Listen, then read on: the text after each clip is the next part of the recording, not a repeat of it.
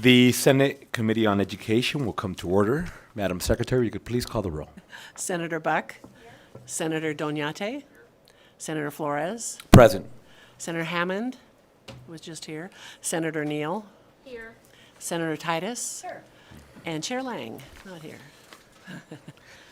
Please let the record reflect 5 members are present. We have a quorum. Please mark our chairwoman as absent excused. And please mark Senator Hammond as absent excused. As they make their way back in, please mark him as present. Good afternoon. Welcome to the Senate Committee on Education. We have 3 bills on the agenda for today. We're going to take them in the following order. Assembly Bill 207, followed by Assembly Bill 185, and then lastly, Assembly Bill 256. I want to remind everybody, please silence your cell phones. I am doing that myself now.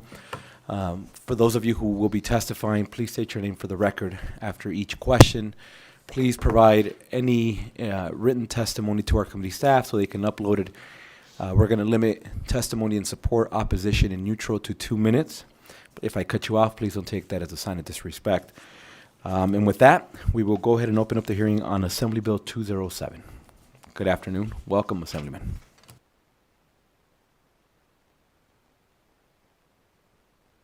Thank you, Mr. Vice Chair. It is an honor for me to be here in front of the most excellent committee on Senate Education. My name is Yui Nguyen.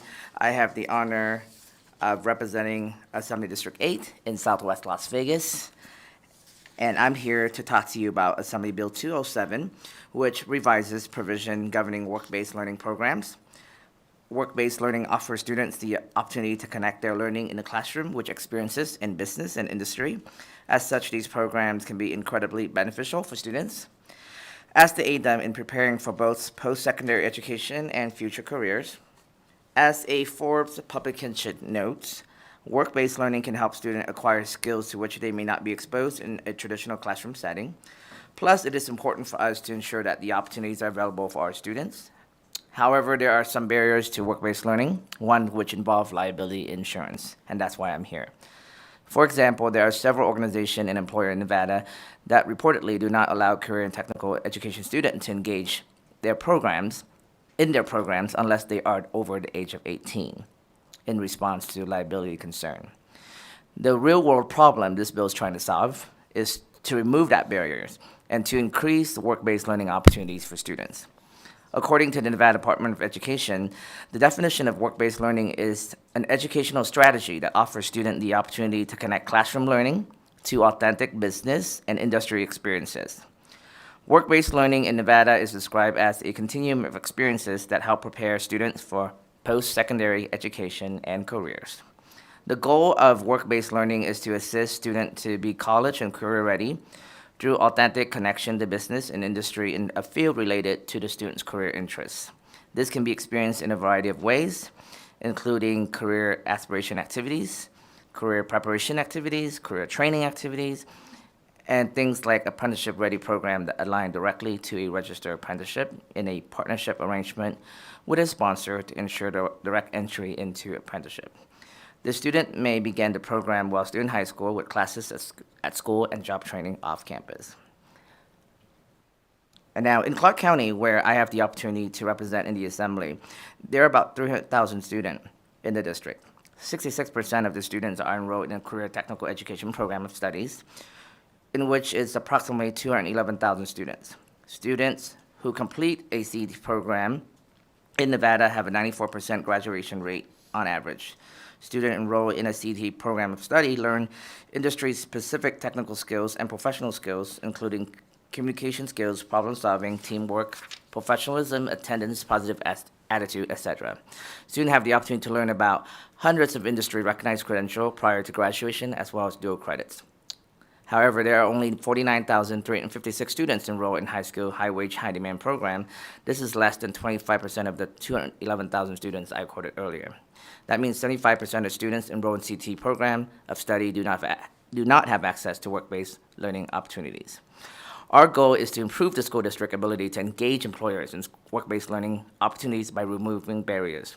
There are several strategies needed to address challenges, and Assembly Bill 207 starts with addressing the liability insurance for employers to engage in that process. Mr. Vice Chair, just for the efficiency of time, I just don't want to bore you with 3 more presenters and phone 5 people to add on to this presentation, as I know you have 2 other bills to hear today. But basically, if you look at the bill, in the first reprint, it's very simple. It's just Section 1, bullet point 1, just allow the school district to purchase and maintain insurance liability, and that number 2, it makes sure that they cannot charge the pupil or the parent the cost of obtaining that insurance coverage. And that is simply the gist of the bill. And now I'm staying ready for a question. Thank you very much. And thank you for that presentation. We'll start off with Senator Buck. Thank you, Vice Chair Flores. I was wondering, is this going to increase opportunities or put maybe a barrier on our rural communities and communities that don't necessarily have the means to get liability insurance? Mr. Vice Chair, through Senator Buck, thank you for the question. Yui Nguyen for the record, Assembly District 8. Senator, this is actually just a permissive language so that they are able to do that if they want to. This bill does not mandate the school district to do anything, but if they choose to participate in a work-based learning program or they choose to create that opportunity for the students, the liability insurance can be purchased by the school district and should not be the responsibility from a financial responsibility of the parent or the student itself. So I've had conversations with some of the opposition of this bill, and again, I just want to stress the intent of the bill is not to mandate. The intent of the bill is to provide permissive language, as it's already being addressed in the work-based learning guide that the Nevada Department of Education has already established. And in that section of the guide, it already recommends the school districts establish policies around liability insurance. This is actually just codifying it in statute just to be consistent with the NDE work-based learning guide. I hope that answered your question, Senator. Senator Titus, please. Thank you, Mr. Vice Chair, or Chair, because you're in the seat. Is there anything that prohibits the schools from doing this now?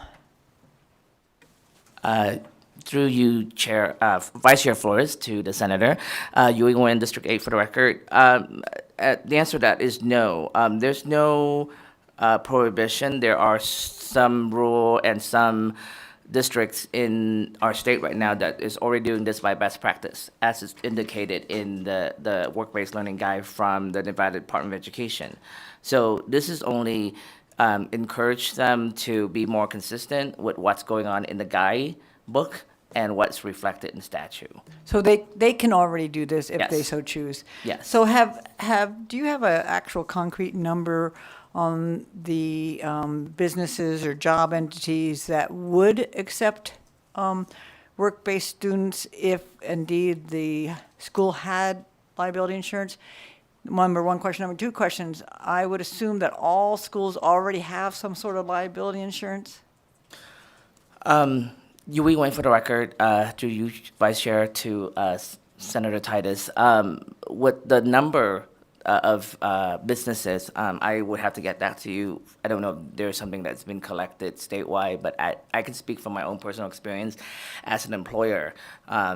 We have had so many requests just because it's so fun to work with us in reaching out to the community that many high school students are interested in working with my organization.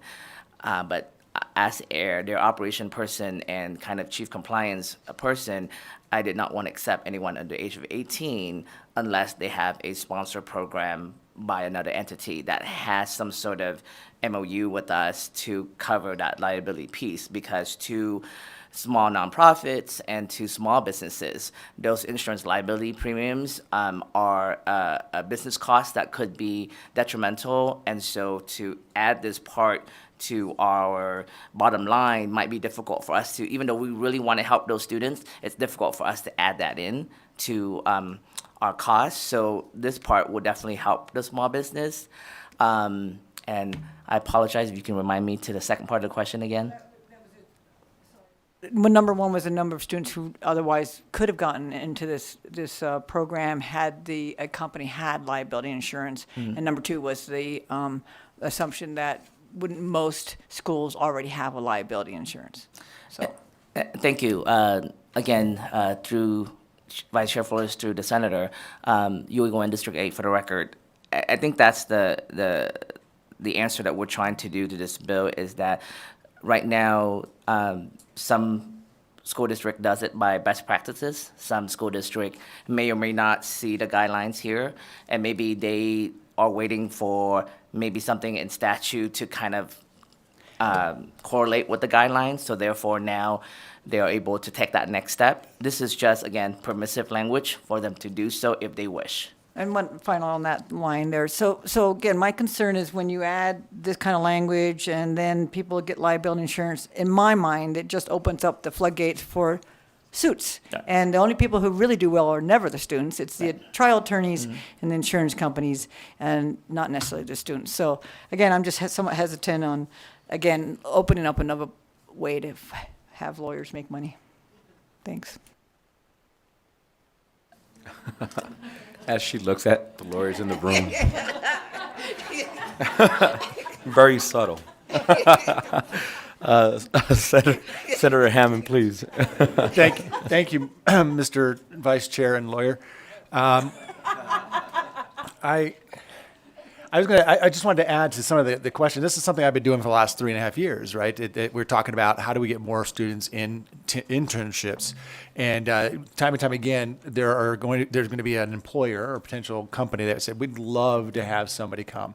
So to your question, Senator Titus, about how many employers would like to have, or how many, we know that there's going to be a lot of them.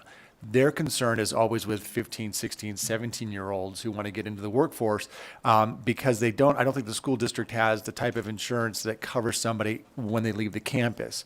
They have insurance for when they have a sporting event or an event on campus. They have that, but they don't have that other one.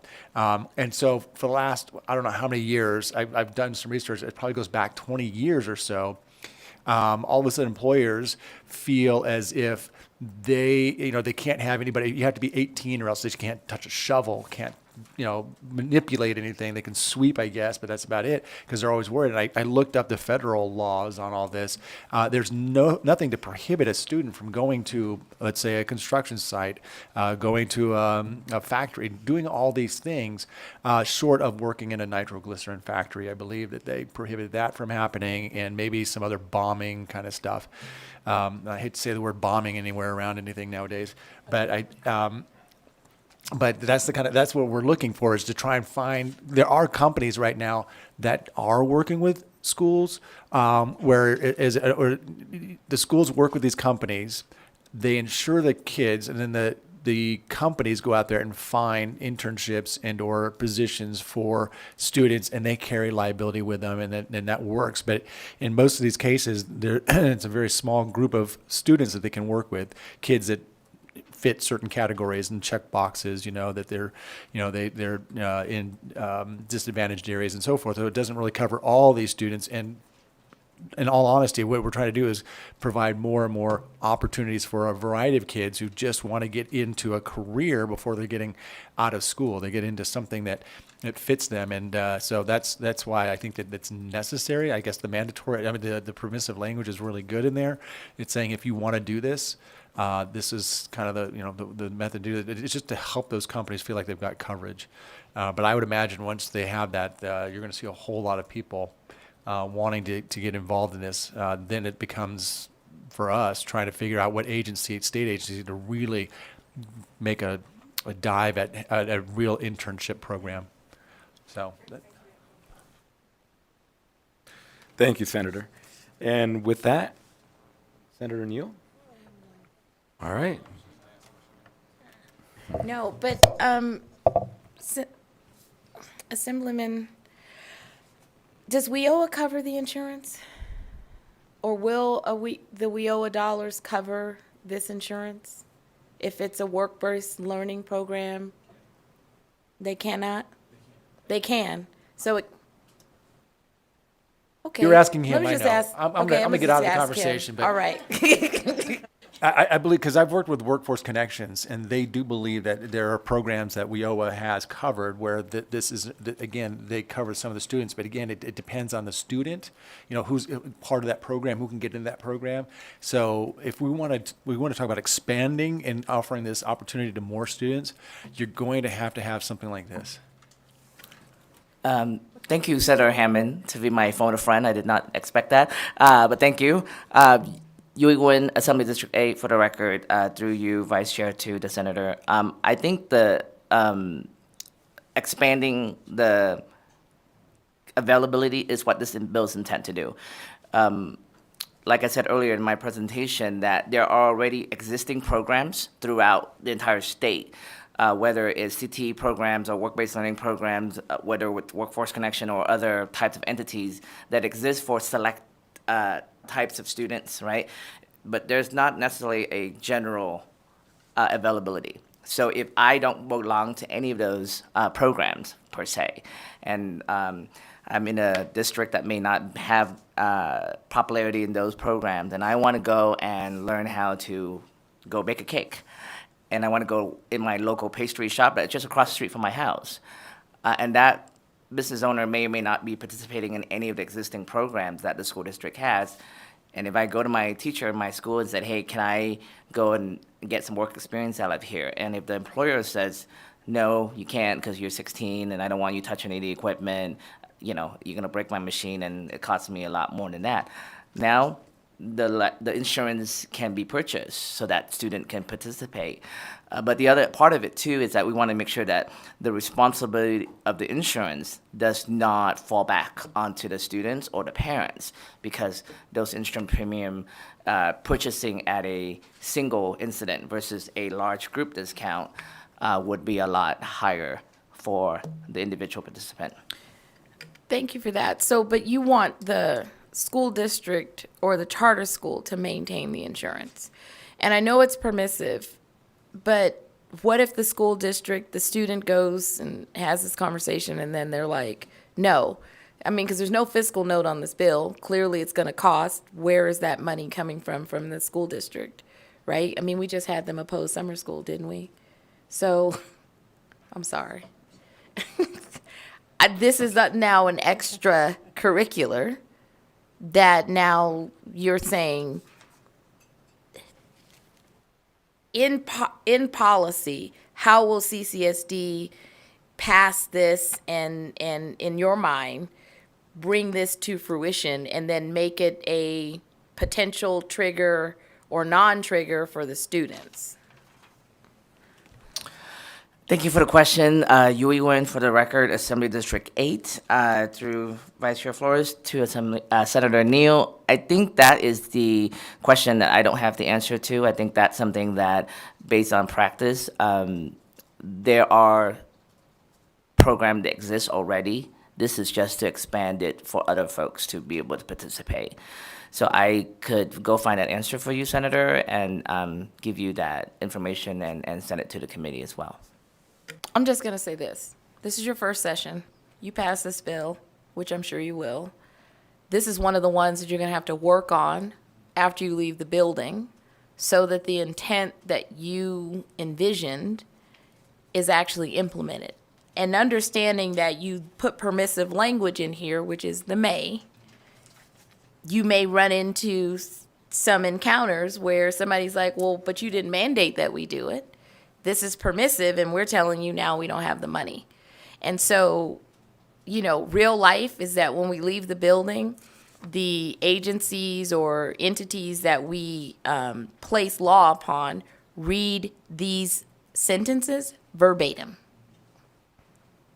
And so, good luck on implementing it in real life. All right, Assemblyman, we'll ask you to sit back. Are we really gonna, all right, Senator, last thing, please. Okay. We have 2 more hearings. But, yeah, so the last thing I would say is I agree with Senator Neal. I don't say that often. So I'll say that look, you're putting permissive language in here, and you're hoping that maybe a school district says, hey, we want to try this. And there might be let's say a small school district that says, we'll try this, we'll be a pilot. Maybe if you put in there that, the school is able to accept gifts or grants. I don't know if there's anything that stops them from accepting a gift or grant, and maybe there's several businesses in the community that want to contribute to offset the cost and pay for this insurance, so then the students can come in and start participating. That might be something you look at right there. Thank you. Yui Wen, District 8, Assembly District 8 for the record. Thank you, Senator Hammond. I think there are, just like Senator Neal said, I am learning a lot of this processes, and I am really blessed to have the guidance from all of you here on this dais, as well as the entire Club 63. So I want to make sure that this get implemented, because students and parents, especially for immigrant population, and I'm an immigrant myself, where there's opportunity for us to be able to participate, and there's a partnership between the school and the business world, or the real world as we call it. I want to give these students every opportunity that they can be successful through these types of programs. And I love the idea of having community participation, as well as other support from a financial responsibility. As far as being limit resources, I understand that, and I know this is not a money committee, but I want to make sure that the intent is for us to create access and reduce barrier, and that's why AB 207 is here. So thank you very much, senators, and I will step back. All right, thank you. At this time, I'd like to invite those wishing to testify in support of Assembly Bill 207 in Carson City or Las Vegas. Seeing none, BPS, do we have anybody wishing to join us in support of Assembly Bill 207? Thank you, Chair. To testify in support of AB 207, press star 9 to take your place in the queue.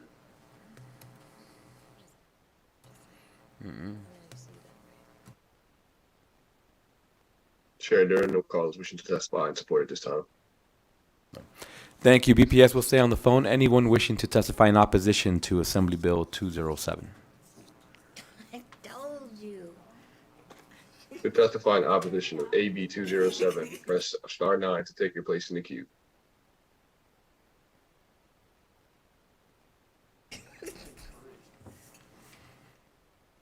Chair, there are no callers wishing to testify in opposition at this time.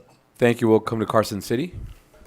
Thank you. Good afternoon, Friday afternoon. Patricia Haddad, Director of Government Relations for the Clark County School District.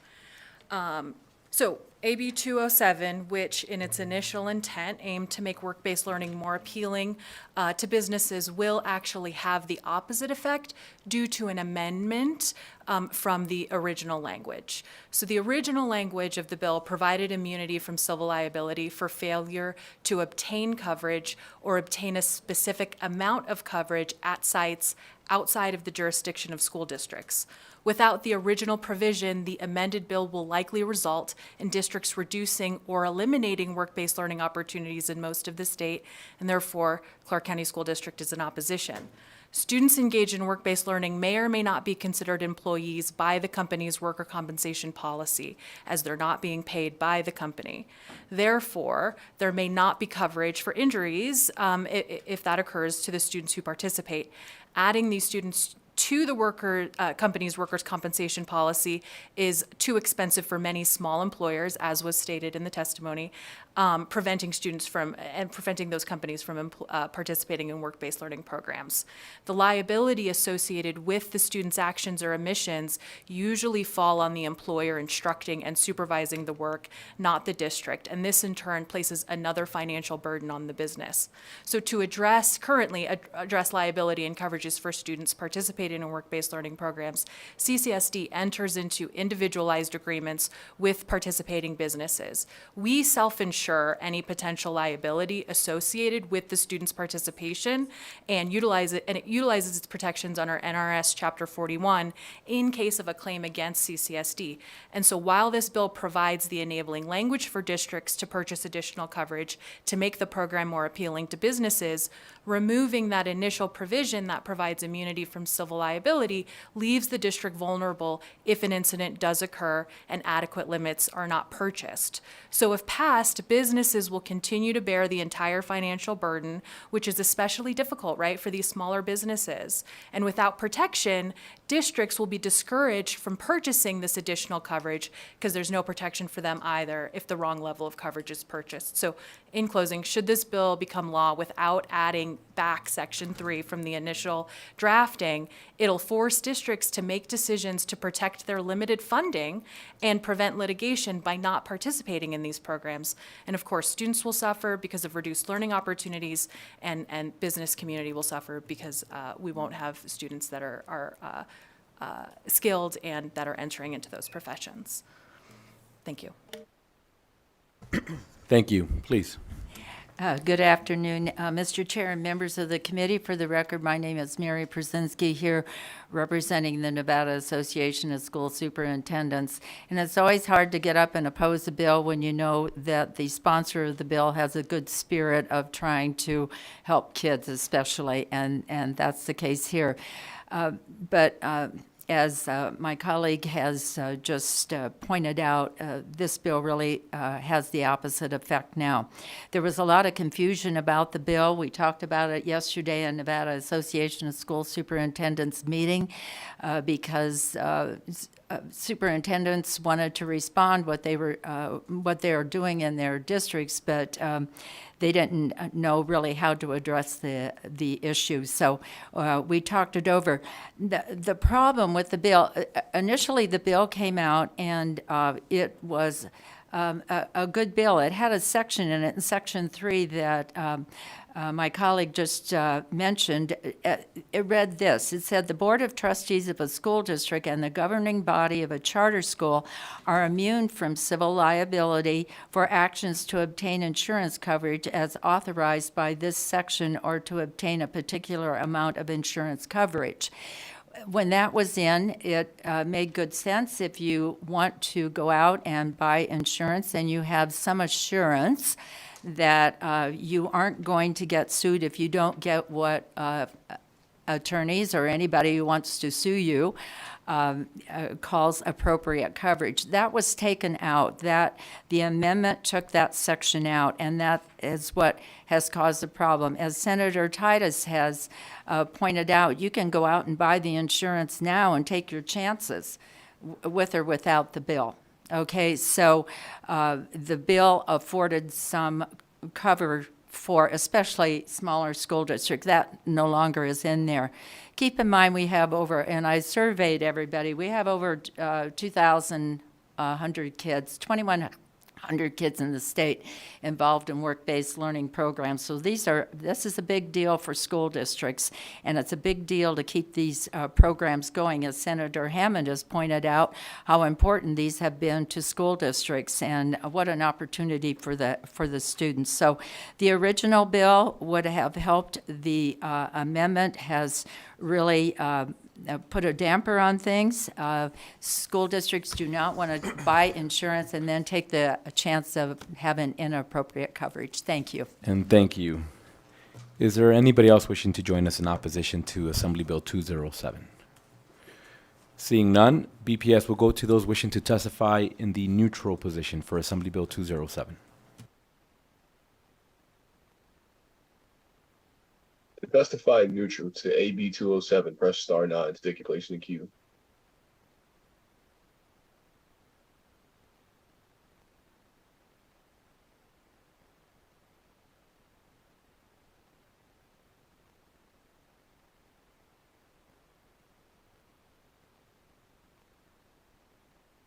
Good afternoon, Vice Chair Flores. For the record, Jack Giese, representing the Regional Transportation Commission of Southern Nevada. We are actually testifying in support, and I will submit my full comments to the committee staff. Apologies for the confusion on the phone testimony, but did want to register our support of AB 207 on the record. Thank you. And thank you for joining us. And now we'll go back to those wishing to testify in the neutral position for Assembly Bill 207. Chair, the public line is open and working, but there are no callers willing to testify neutral at this time. Seeing no one in Carson City or Las Vegas, please, any closing remarks you may have.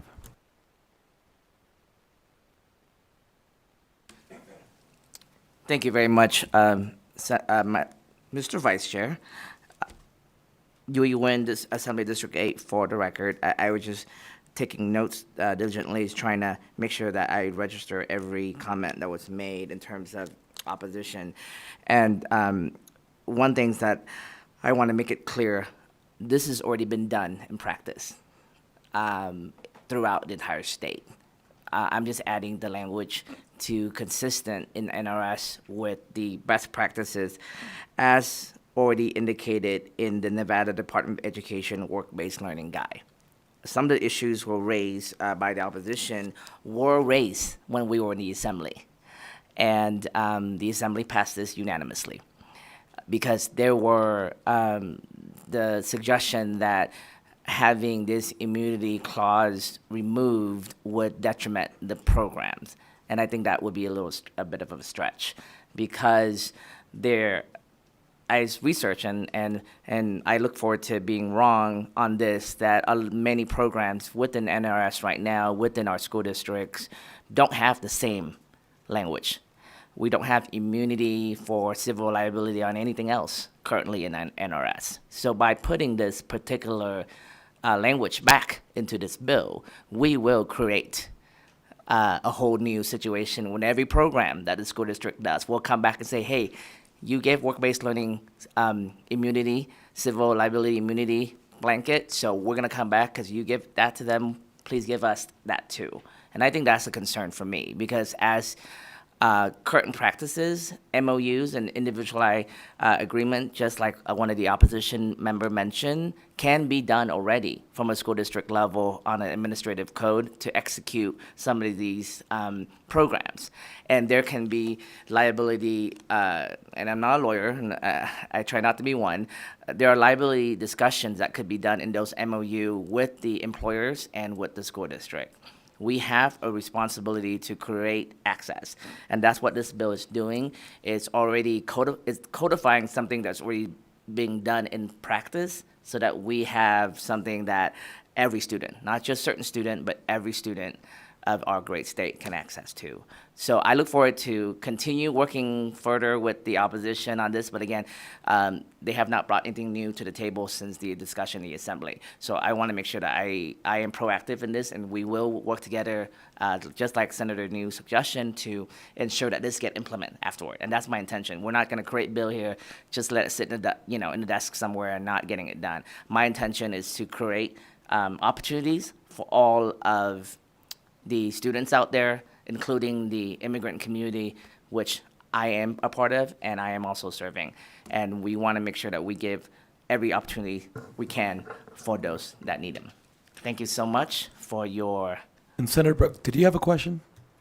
Just really quick, Vice Chair, you're not willing to remove the amendment because I'm trying to grasp why a school district then would even implement work-based learning if it opens them up for larger liability. Through you, Vice Chair Flores, to Senator Buck, the program's already existing. The current programs, even before this language is in, already exists. So I'm not creating anything new or resetting the rules that is already in place. Basically, it's already been done in practice. This is just to remove the financial responsibility if there's any to the parents or to the students. So that's something that is the language is in that bill that way, but the opposition right now as a state is on the liability piece, which currently there are no language in our NRS that state any of the programs have the liability immunity in NRS at this point. Okay, but to me, it seems like it puts a big burden on districts and on taxpayers inevitably. And Assemblyman, you're good. I mean, you've already answered and addressed that very eloquently, so we're good with that. With that, we'll go ahead and close out the hearing on Assembly Bill 207. Thank you for your presentation. And members, should you wish to continue to work with the Assemblyman, please reach out to him offline. And we will now handle the gavel right back to our chair. Welcome back. Thank you. Sorry I was late. I was presenting a couple bills in commerce. So I appreciate your indulgence. And with that, let's open the hearing on Assembly Bill 185. And this bill revises provisions to govern the education of pupils who are children of military personnel. Assemblywoman Mosca, when you're ready, please proceed. Thank you, Chair Lang, Vice Chair Flores, and the Senate Committee on Education. Great to see you again this week. Today, I'll share the summary of the why behind the bill and the problem it's trying to solve. The term is called advanced enrollment. Originally, I was going to also pass it on to my colleague, Chris Aubert, who is the Military Compact School Liaison for Nellis and Creech Air Force Base Liaison, but she got stuck at the base today, so I'll share her examples. Currently, Nevada is one of the only states that does not have advanced enrollment policies for military dependents. So that means when a dependent gets a PCS or a permanent change of station, that they cannot automatically enroll in school. So there are 38 other states that do this. I'm a proud active duty enlisted military spouse. My husband has had these orders to Texas, Alaska, Nevada, Japan, and back to Nevada while also deploying to Afghanistan and Qatar, all before his 35th birthday. We do not have children though, but a large majority of the 1% of active duty military families in our country do. And they find over and over that housing and education is typically the hardest thing that happens when it comes to moving. So to solve this problem, we could adopt advanced enrollment policies. And what that means is that a young person could use the base address, it's also called the installation address, to enroll in school ahead of time. So they could use that address in Infinite Campus. And that by the next school year, they would have to show that they do live in that zone. So we're not trying to say that they can have open enrollment anywhere. We're saying that because, and I'll talk about some examples, because of the issues with housing right now, young people can move here and actually not enroll in school for many weeks because they don't have an actual address. And so this would also apply to charter school lottery application and enrollment processes. And the Clark County School District already does do this for magnet and career tech programs. So they do have an example of how they do this, but they don't do it for all the schools. And then finally, the bill also asks to codify that school districts will make reasonable efforts to allow students to finish school when they move. This idea actually came directly from Superintendent Dr. Summer Stevens of Churchill County, who is the school district connected to Fallon Naval Air Base, and she shared with me how when students move away from her district, she's helped them be online so that they could actually finish their studies. So during the assembly hearing, I did have the superintendent was with me, the Department of Defense liaison Kelly Mae Douglas with me, and Chris Aubert was with me, but we wanted to save your time today with just me.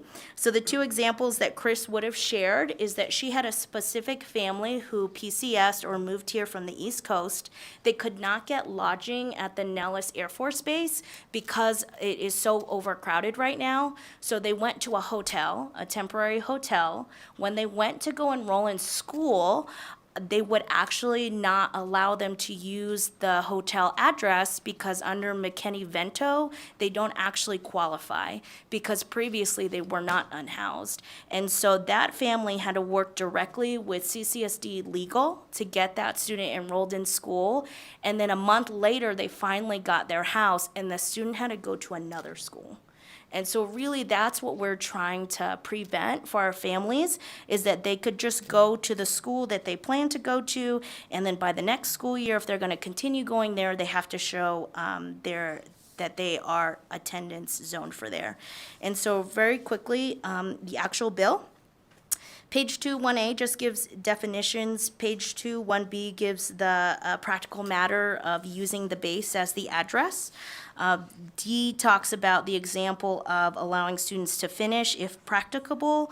And then number 4, page 3 does talk about how they have to show the proof. So that came from our awesome committee who gave me some good amendments, so that was there. And then finally, I'll just share that I was trying to come up with something that could practically work for everybody. I talked to many stakeholders, including all 17 school districts, the State Public Charter School Authority, Coral Academy, which is the public charter school operator at Nellis Air Force Base, leadership of the Nevada National Guard and Nellis Air Force Base, Dr. Brian Wiseman, who's the principal of Creech Air Force Base, as well as the Department of Education and Clark County School District central office staff, because they're the ones who would have to actually implement it, and they did confirm that it is something that they could do on Infinite Campus. Also talked to many military spouses and families, as well as Mrs. Serene Brown, who's the spouse of the 22nd Chief of Staff to the Air Force General Brown, who was just yesterday announced he'll be nominated as the next chairman of Joint Chiefs of Staffs. So advanced enrollment is actually nationally one of the biggest things that military families advocate for. So with that, I'm happy to take any questions. Great, thank you. Nice presentation. Any questions, Senator Titus?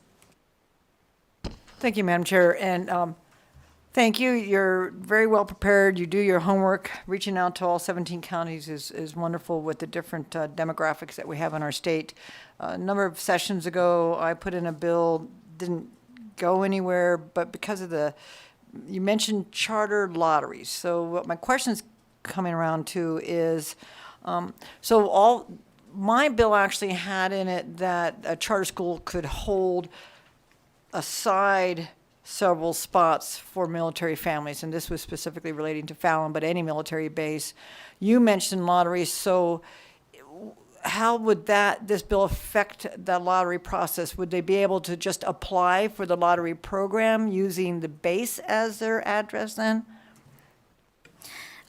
Thank you, through you, Chair Lang, to Please go direct. Thank you, Senator Titus, for that great question. And I didn't know you had a bill, so thank you for sharing that with me. But that's exactly it. So when talking to them, right now, if someone wants to apply for even the one at Nellis, because it is a charter school and you're coming from a different state, you can't because you don't have a local address. And so if you could use the base address that is on your orders, then they said that they would allow that for both the lottery and the enrollment process. So they actually shared with me it's the enrollment process that's the bigger issue.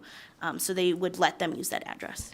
So again, in thinking that would put them on even grounds at least with all the other kids trying to get into the lottery program, but when the open enrollment is for that, they could apply. What my bill was looking at is actually holding a couple slots for military kids because they didn't know when they were going to be showing up and they wouldn't have an address to solve this problem. But the way you have it in actually gives them equity at least in the application process. Okay, thank you, Madam Chair. Thank you, Senator Buck. Thank you, Chair Lang. Along the same lines as my colleagues, so this same thing happened to my son, who is a Green Beret Army Ranger serving up in Fort Lewis McLeod.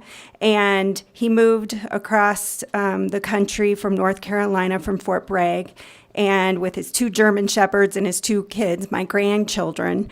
And they couldn't get housing, and so they had to live in a hotel for about 6-7 months and until housing was available.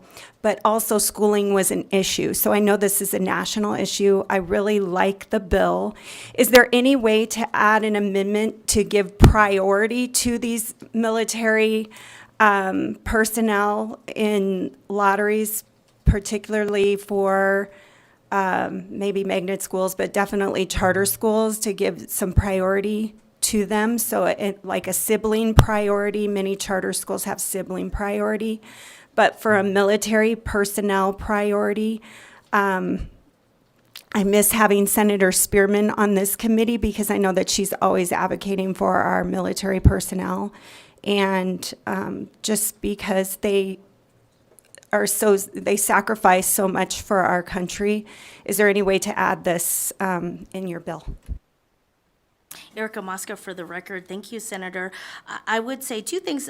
I would say that Clark County School District, which is great, does do this for magnet and career tech schools. Because if you think about it, you could be in Florida and you could be working on advanced manufacturing. You don't know when you come to CCSD which school does advanced manufacturing. So they actually do a one-to-one connect to help that student continue in that track, which makes sense.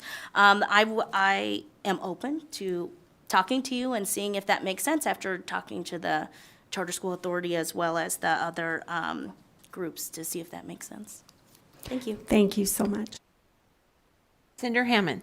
I just wanted to add, I think we did a military priority a couple years ago, but it may only be for Coral Academy, which resides on Nellis Air Force Base, and I think we limited it to military personnel and/or contractors who worked on the facility. And so, but I don't know if we did something other than that, but I know that exists. And we're checking right now, I think. Okay, any other questions? Senator Buck. Sorry, I just want to add for the record, if we get, because not all military personnel live on base. A lot of them live and commute. And so if we could look into all charter schools, ensuring that they prioritize, under siblings or somewhere in the hierarchy, military children. Senator Titus. Yeah, thank you. I think what you're mentioning, that was included in my bill that did not pass. I brought that bill forward and included that military base. And if our, We're having legal check at yeah, this because time. I think our staff is too, yeah.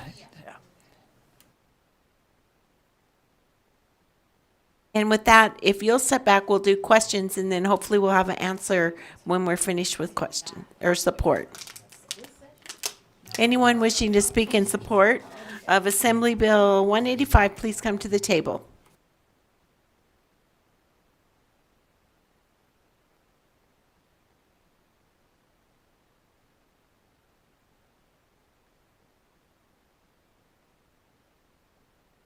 Okay, hold just a second. We do have an answer to that question, Assemblywoman, and we'll do that before we start testimony. Thank you, Madam Chair. Jen Storm-Gainer for the record. I've been in contact with council, and per NRS 388A 456 sub 1, it gives priority enrollment for pupils who reside on a military base if the charter school is at the military base. That was mine, yeah. So, Okay, let's start right here with you, sir. Thank you for your service. Thank you, Chair and committee members. For the record, my name is Andrew Lee Pilbit. I'm the chairman of the United Veterans Legislative Council. We represent 279,000 veterans in our state, our National Guard, and our active military. We're in support of this bill and have been for a long time. I wish Titus's bill had gone through long ago. So it is, just to give you a perspective here, permanent change of station is a pretty traumatic thing on the families. Now, I've gone through quite a few of those personally. Actually stationed at Fort Lewis twice for Senator Buck. And it's difficult on the families. They don't communicate. It's difficult to communicate with where to go, who to talk to. And some of these families move, and they're without permanent housing for 30, 60, 90 days. And as Senator Buck pointed out, 7 months in their case. It is a very difficult situation. And allowing to use the base that they've been permanent change of station to is an enormous improvement in simplifying the lives of these families of our veterans and our active military. So we're in high support of this bill. Thank you. Thank you, sir. Please go ahead. Hello, my name is Hannah Fahmy, Hanafahmi. I'm speaking on behalf of ACE High School. It's a public charter school focused on construction, engineering, transportation, mining, and manufacturing here in Reno. I recommend to visit it. It's awesome. It actively works with military families now, and we support AB 185 and continue to support this in the Senate. Thank you so much. Please. Good afternoon, Madam Chair and members of the committee. For the record, my name's Mary Przezinski, here representing Nevada Association of School Superintendents, an organization composed of all 17 school districts, and we're in strong support of this bill and think it should be passed, so thank you. Thank you. Patricia Haddad, Director of Government Relations for the Clark County School District. As you heard during the testimony, this is something that we already work really hard to ensure that our students from military families are prioritized, and we're in support of this legislation. Thank you. Thank you. Chair, members of the committee, Jonathan Norman, Nevada Coalition of Legal Service Providers. I don't think we supported this on the assembly line side because the line was so long to support that we just got tired of waiting, but we support it. Thank you. Assemblywoman Mosca has that effect on people. Thank you. Anyone in Las Vegas? I don't see anyone. BPS, is there anyone on the phones? To testify in support of AB 185, press star 9 to take your place in the queue.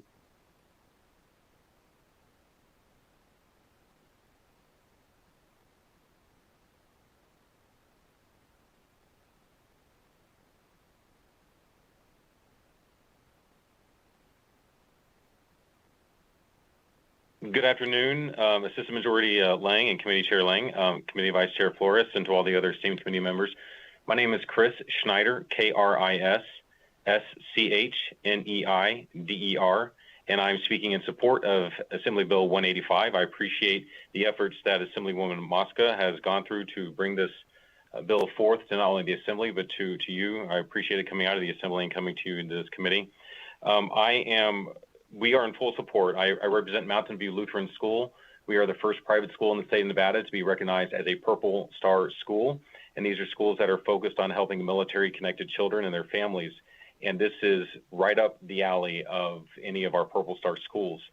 I am really appreciative of it because this actually allows our state to be in better compliance and allows better implementation of the Military Interstate Children's Compact.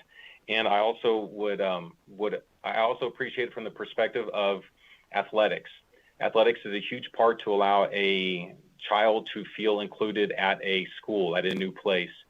And this would allow them to be able to have that benefit right away. And my only concern, and something that I would encourage the Assemblywoman to look at and others on this committee to look at, would be how to ensure that once the student moved from the base address to their new permanent address, that they would not lose academic eligibility for the 180 school days as is required in the current NIAA guidelines. I could be wrong, but I would encourage that to be looked at so that way they are not losing yet another connection to feel more attached in the great state of Nevada. Thank you for your time.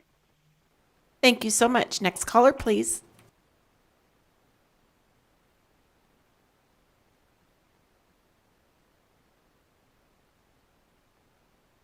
Hi, good afternoon, Madam Chair and members of the committee. For the record, my name is Trevor Parrish, and I am calling in on behalf of the Vegas Chamber. The Chamber is in support of AB 185, as assisting children of military families with enrollment into schools is common sense. Moving to different states as often as military families do is extremely difficult on their children already, but giving these families every resource they need to help their children get back into the classroom as soon as possible is something that our great state can help with. This is why we urge you to pass AB 185. Thank you for your time. Thank you so much. Next caller, please.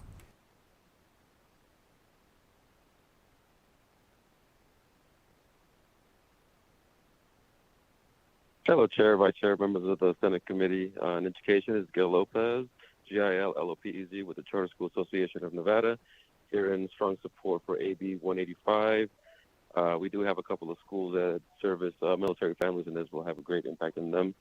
So thank you very much for your time, and we urge your support. And thank you for the Assemblywoman for bringing this bill forward. We appreciate it. Thanks so much. Next caller, please. Chair, there are no more callers wishing to give support at this time. Okay, is there anyone in Carson City wishing to speak in opposition? I see no one in Las Vegas. Is there anyone on phones wishing to speak in opposition? To testify in opposition of AB 185, press star 9 to take your place in the queue.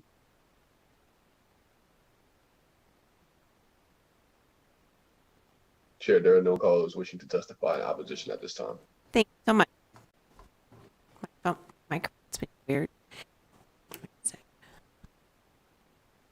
Okay. Is there anyone in Carson City wishing to speak in neutral? No one in Las Vegas still? Anyone on the phones wishing to speak in neutral? To testify neutral to AB 185, press star 9 to take your place in the queue. Chair, there are no callers wishing to testify neutral at this time.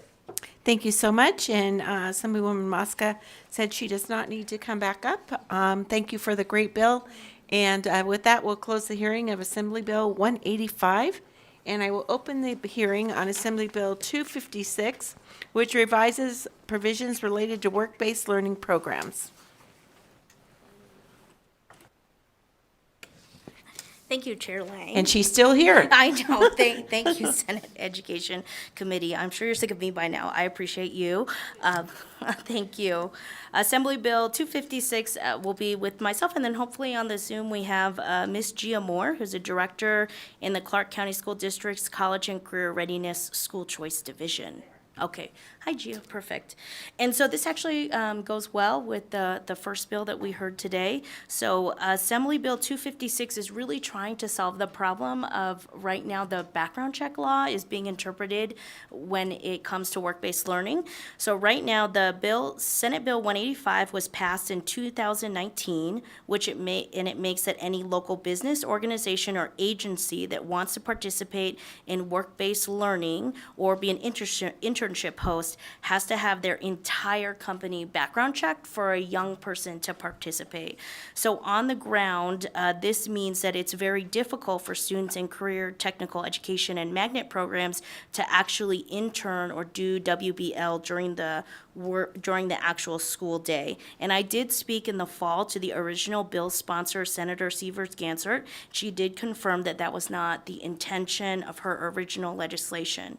So here's just an example. If you are in a culinary academy in the Clark County School District and you are, the culinary track program, and you're learning to be a baker and you want to go to a casino to work in their bake shop, the law right now actually says that every single employee at that casino must be background checked because in theory, anyone could do something inappropriate with a student. And so what this bill is trying to say is we have to have both things, that we have to make sure young people are safe, but we also want young people to be able to have these experiences. So this bill says that the person who's the manager or the person who would actually supervise the student the whole time must be background checked so that they are, but that they're liable if anything else happens, so that not the entire company has to be background checked. And so for statewide alignment, also in this bill, because I talked to all the districts again, the bill is being interpreted differently on the ground.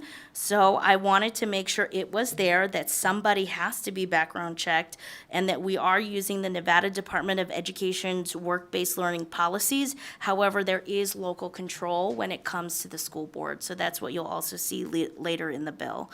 And I think it's really important we can hear from Gia, because she can talk about how this actually happens in our largest school district.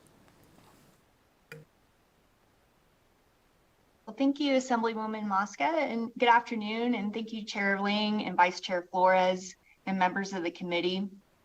For the record, I'm Gia Moore. I'm the Director of College and Career Readiness and School Choice for the Clark County School District, and I oversee a number of programs in CCSD, and those include our magnet schools, our career and technical academies, as well as our career and technical education department. And I believe that Assemblywoman Mosca outlined very well the challenges surrounding this current background check law. In CCSD, our goal over the past several years has been to increase offerings and enrollment in high skill, high demand, and high wage CTE programs of study to align with our state workforce needs. And while we hear that this is a constant need from employers to have skilled professionals, our ability for students to engage in work-based learning opportunities is often hindered by the current background check process. As mentioned earlier, we have 66% of all of our CCSD high school students that are enrolled in a CTE program of study. And each year our students graduate having earned industry recognized credentials in our high needs areas, including manufacturing, healthcare, and technology. And we want our students to make these connections with potential employers prior to graduation and build those relationships so that their hard work does not evolve into a missed opportunity to retain our talent. And so while the background check law, I believe, was very well intentioned, we have missed out on countless opportunities with employers unable to have every employee screened, particularly with larger industry areas. And so I'll give you an example. In partnership with the Las Vegas Global Economic Alliance, we were asked to be part of a portal with one-stop internship matchmaking, essentially, through an online portal. And this opportunity was formed out of our common goal of strengthening Southern Nevada's workforce by dramatically enhancing internship placements. And this opportunity was unable to come into fruition as each employer and employee of the partnering businesses featured in this portal would have had to have completed background checks for our students to be able to participate. And so this is just one of many examples, but I appreciate your time and consideration in helping us remove obstacles for keeping our talent here in Nevada, and I greatly appreciate your time. And then Chair Lang, if I can just go over the bill and do concluding remarks. Thank you. So page 3 of the bill is where you see that it would exempt other employees other than the person who's overseeing the student. So that's what 2B is, or B is on page 3. This came from my colleagues that I thought was a great addition on page 4, that if we are going to allow students to go into these type of programs, that there should be safeguards for them.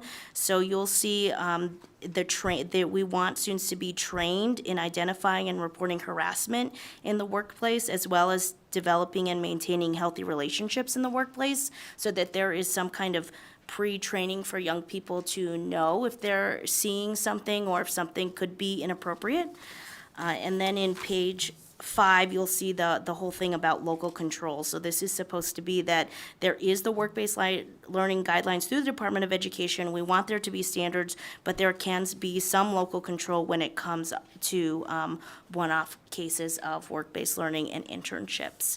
And so finally, I'll share again that it was just trying to be practical. There are some businesses that have 10 people, and then there are some that have 50,000. And so those larger ones currently do not take our students to do internships because they're not willing to do all of the background checking of everybody. I did talk to several businesses, industry, students, parents, educators, lawyers. People were pretty varied in how they felt, but the bill did pass unanimously in the Assembly Education Committee and on the Assembly floor. And then I'll just end with, on a much smaller scale, at my nonprofit that I started and ran for a decade, internships were pretty integral to what we did so that young people could actually experience what they were learning on the ground, whether it's how do you write an email to how do you not be on your phone the whole time. And so we have a great example of a young person interned at Nevada Energy as a 10th grader, and then in now college at UNLV, he has a paid internship with his same internship host. And so we just think it's really important that especially our young people from our most marginalized communities can have social capital access to gain whatever skills and opportunities they want. And from an equity standpoint, private schools like Cristo Rey, St. Viator in our state do already do this, and Colorado and Michigan are states that have robust work-based learning programs that allow this. So with that, I'm happy to take questions. Great, thank you. Any questions? Oh, Senator Neal. Thank you, Madam Chair. So I'm sorry, but Senator Flores is stealing something that belongs to me. Anyway, so I hate you. For the record, okay. So in your page 3, where you have, I think it was page 3 or page 4, where you're talking about the program training so they can understand healthy relationships, that's on page 4. So what is it? What are you anticipating is included in that? Because the first thing came to my mind was grooming, right? That happens, and it could be multiple people who are supervising a student, and I believe the language says, it says other than an employee who directly oversees. So can we add some more plurality to that, even though it's not the whole entire floor, but anyone that comes in direct contact with a student versus overseeing, like overseeing and direct contact? Thank you, Chair. Yes, Senator, thank you. That's definitely the intent. So if anybody, so that's very helpful, thank you. So anybody that has contact of the student, we would want to make sure they're background checked. And that's because at school, it's the same way. So as you know, that even a parent that wants to come onto a school campus has to get background checked because they'll have interactions with students. So I definitely want that same thing. So that definitely can be added. And I appreciate the idea of making sure things like grooming are included, because was thinking about it would be things on how not only if you can identify if there's anything inappropriate, but also tone and respect as well for the young person to understand, they can't just be used for their free labor. I mean, but typically, right, people in grooming, they become your friend, they make you believe that they're your friend, and then they get you to, it's like this so slow scaling that leads to other behavior, right? Because you think that this person has your best interest and yada, yada, yada, right? So that's why I think it's appropriate to include that. Thank you, Senator Titus. Thank you, Madam Chair, and thank you again for your advocacy for our youth. I share my colleague's concerns, Senator Neal's concerns regarding who will not have the background checks. I believe in removing barriers and getting these young folks out there, but if we're just doing background checks on their supervisors, I worry that, in my mind, anyone who has unsupervised contact with our youth going into these jobs need to make sure that we have a background check on them. And so I agree that when you go into a big company and you have 200 employees and maybe only 4 or 5 of them will be, interacting, but at any time, if they're going to have just one-on-one time with the student, I strongly feel that person needs to have had a background check. And the current language, in my mind, says only those that are the in charge of the program, not necessarily if they're going to have anyone who has one-on-one contact, without somebody else there. I mean, I don't think everybody along if you're in a prep school, in a restaurant or something, and you're part of the open room there's 10 people in there cooking and preparing meals, et cetera, and side cooking. I'm fine with not all of them being background checked, but if one person then you're going to be one-on-one with the student going out to pick up or deliver, I'm just not comfortable with that. Just have concerns. Thank you, Senator. And I think that's helpful. I think you said, and as well as Senator Neal, the idea of direct contact, so it's not just the supervisor. I think that's helpful, so I can work on that amendment. And I might add, just in an unsupervised thing, direct contact with a student when they're the only 2 people there in the room. I mean, that I have real concerns with that. You can have direct contact when there's 20 people in the room and the supervisor's there, but nobody goes off by themselves. And so I don't know how you word that, but anybody who's unsupervised contact with a student needs to have a background check, in my mind. Okay, I don't see any more questions. If you'll step back, we'll take testimony in support. If you're here to testify in support of Assembly Bill 256, please come to the table.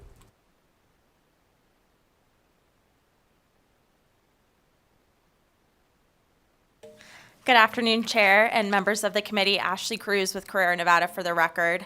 I'm here on behalf of the Las Vegas Global Economic Alliance, and the LVGEA appreciates the Assemblywoman for bringing this bill forward.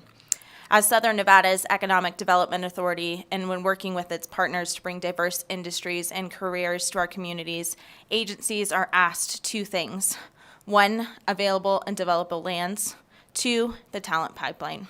The ability to provide opportunities for students to develop job-specific skills while earning a formal education not only enhances a student's experience, but affords them the opportunity to be an immediately desirable candidate for their industry.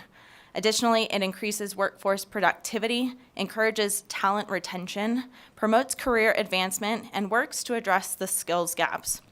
The LVGEA sees works-based learning as an effective way to support workforce development, and thanks the Assemblywoman again for this bill. Thank you. Chair, members of the committee, Jonathan Norman with the Nevada Coalition of Legal Service Providers. Just a few points. Legal Aid Center, we have Cristo Ray kids at our office, and I think it exposes them to attorneys in a professional environment that they wouldn't otherwise have that opportunity. And I think when I think about this bill, for a lot of kids who are coming from marginal economic backgrounds, the opportunity to be exposed to professional environments is going to come through opportunities through school. I think a lot of kids that live in parts of Las Vegas like Summerlin, their parents are gonna make sure that their kids have these opportunities, whether that's in the summer or other times. But for kids that I work with, like in foster care, and in the communities so I live in the downtown area, those kids are gonna rely on the schools to create these opportunities for them. And I think it's important for kids to see what happens in a professional environment and to be exposed to that. And I think this goes a long way towards that. And then I would also just point out that, you can get a job in this state when you're a minor. And so we don't think of the same screening because we rely on the HR of that business to have some responsibility for making sure that the employees are safe in that environment. And so I think I think this bill has a lot of great things in it and will create a lot of great opportunity for kids. Thank you. Thank you. BPS, is there anyone on the phones wishing to speak in support of AB 256? To testify in support of AB 256, press star 9 to take your place in the queue.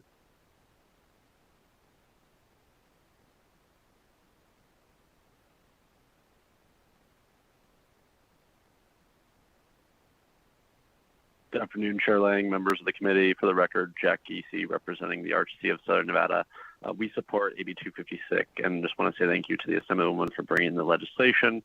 We currently partner with some entry institutions in Southern Nevada and the Summer Business Institute to recruit high school and college-age students for flexible and paid internships that provide insight into many of the RTC's numerous responsibilities. AB 256 represents a great opportunity to provide additional chances to students looking to enhance their leadership skills and obtain valuable experience as they explore careers that may be best suited for them. Work-based learning is a key component of a successful workforce development pipeline, and we urge your support of the bill. Thank you for your consideration. Thank you so much. Next caller, please.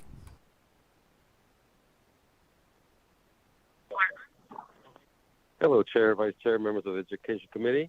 My name is Gil Lopez with the Charter School Association of Nevada, and we strongly support AB 256. Work-based programs offer students valuable opportunities to gain practical skills, experience, and connections to their desired fields. We thank Assemblywoman Mosley for bringing this bill forward and urge your support. Thank you very much, and have a great weekend. Thank you so much. Next caller, please. Chair, there are no more callers at this time. Okay, is there anyone here wishing to speak in Carson City in opposition? Seeing none, is there anyone on the phones? Chair, there are no callers wishing to testify at this time. Okay, thank you. Is there anyone in Carson City wishing to speak in neutral? With that, Assemblywoman? Erica Mosca for the record. I just want to thank you, Chair, and this committee for having me 3 times this week, and I look forward to working on the suggestions that were given, so I will make sure I follow up with you all. We should have had a Mosca day. Thank you. Thank you for being here. And with that, we'll close the hearing on Assembly Bill 256, and we'll do public comment. Would anyone in Carson City like to speak in public comment? And there's no one on the phones, BPS? Yes, Chair, there is no one willing to give public comment at this time. With that, I'm going to adjourn the Senate Committee on Education. We'll see you on Monday. We're going to work session 3 bills on Monday, so we'll be posting that shortly.